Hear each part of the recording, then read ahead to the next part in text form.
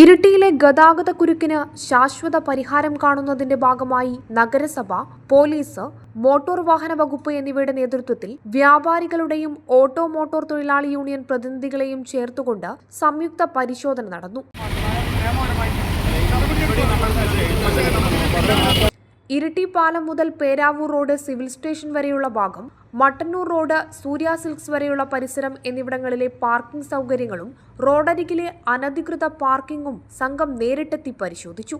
ഗതാഗത തടസ്സങ്ങൾ ഒഴിവാക്കുന്നതിനായി ട്രാഫിക് കമ്മിറ്റി ചർച്ച ചെയ്ത് തീരുമാനിച്ച് അത്യാവശ്യമായ പരിഷ്കരണ നടപടികൾ ജൂലൈ 1-ാം തീയതി മുതൽ കർശനമായി നടപ്പിലാക്കും. നഗരസഭാ chairperson V Vinod Kumar, Iritty CI V Sijith, assistant motor vehicle inspector Baiju, വികസനകാര്യ standing committee chairman Abdul Rasheed, പൊതുമരാമത്ത് സ്റ്റാൻഡിംഗ് കമ്മിറ്റി ചെയർപേഴ്സൺ ജിഷ, ആരോഗ്യകാര്യ standing committee chairperson R K Shaiju, വിദ്യാഭ്യാസ standing committee chairperson K Rajan, നഗരസഭാ കൗൺസിലർമാർ എന്നിവർ പരിശോധനയ്ക്ക് നേതൃത്വം നൽകി.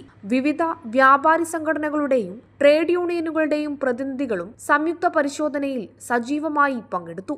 റോഡിനിരുവശവുമുള്ള പാർക്കിംഗ് സൗകര്യങ്ങൾ പരമാവധി കാര്യക്ഷമമാക്കി നഗരത്തിലെ ഗതാഗതം സുഗമമാക്കുകയാണ് ഈ പരിഷ്കരണത്തിലൂടെ ലക്ഷ്യമിടുന്നത്.